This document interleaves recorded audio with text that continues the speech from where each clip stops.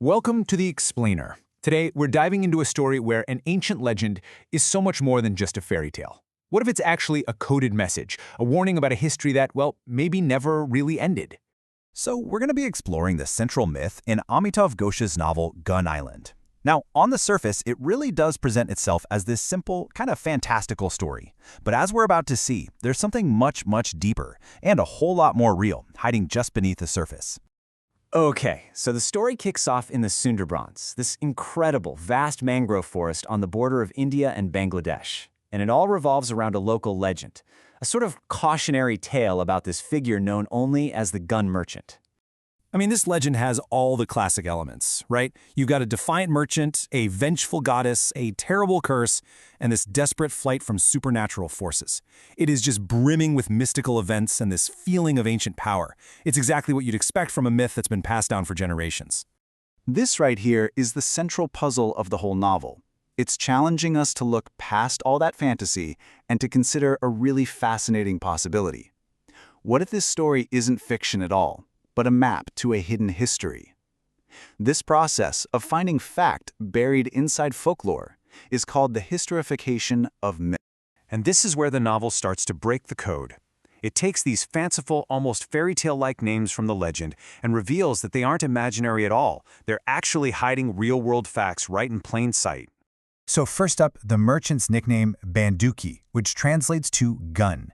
You'd think it has something to do with weapons, right? Nope, it's actually believed to be an old Bengali reference to Venice. And then the other locations get decoded. The Isle of Misri isn't some fantasy island. Misri is just the Arabic word for Egypt. And the terrifying island of chains, that's a direct reference to Sicily. And the decoding doesn't stop with names. These strange symbols that were found at the merchant's ancient shrine, they get deciphered too. What looks like a hooded snake, a symbol of the goddess, is revealed to be a letter from the Hebrew alphabet. An island within an island points to a very specific historical location, the ghetto in Venice. All of a sudden, the mystical is becoming historical. So the crucial point here is this concept of historification. But why does this even happen? Well, a lot of times real history, especially traumatic stuff like forced migration or an environmental disaster, is just too complex or maybe too dangerous to record literally. So it gets encoded into a story, a format that can survive across generations, preserving the truth inside this vessel of myth. Now let's see how all of this decoding builds something absolutely incredible.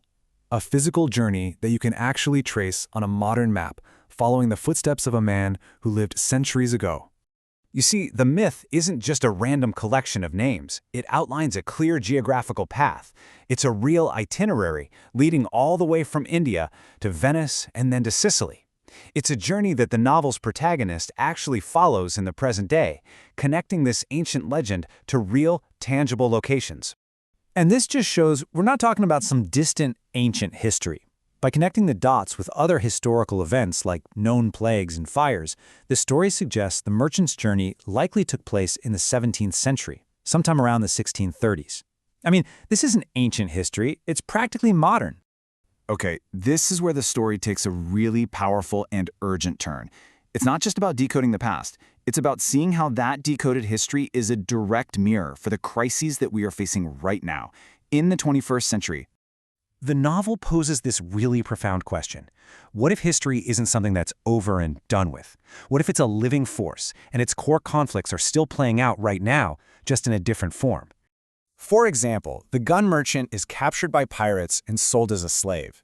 Now, we might think the slave trade is a thing of the past, but the novel draws this really disturbing parallel to modern human trafficking, arguing that this brutal exploitation of people for profit never truly ended. It just changed its name. And what about those supernatural forces in the myth? The vengeful snakes, the devastating plagues, the chaotic storms? They get reinterpreted. They're not seen as divine punishment, but as early manifestations of the very real ecological crises and climate change that are defining our current era. And this brings us to the final message of this decoded myth. It's more than a history lesson, it's a profound warning about the danger of ignoring uncomfortable truths, both in the past and in the present.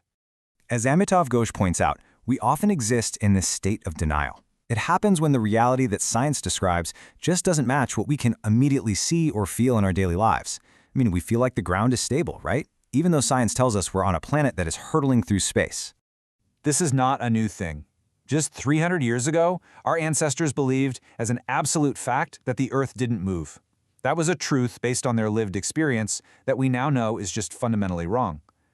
So it really begs the question, what truths are we clinging to today that future generations are going to see as a profound denial of reality?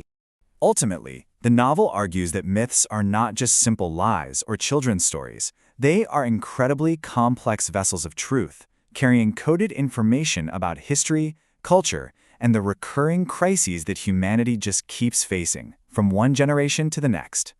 And this leaves us with a pretty provocative thought. If a 400-year-old myth can reveal so much truth about our present, what warnings are encoded in our own modern stories, our movies, our books, our legends? Are they warning us of a history we are now repeating, and are we listening before it's too late?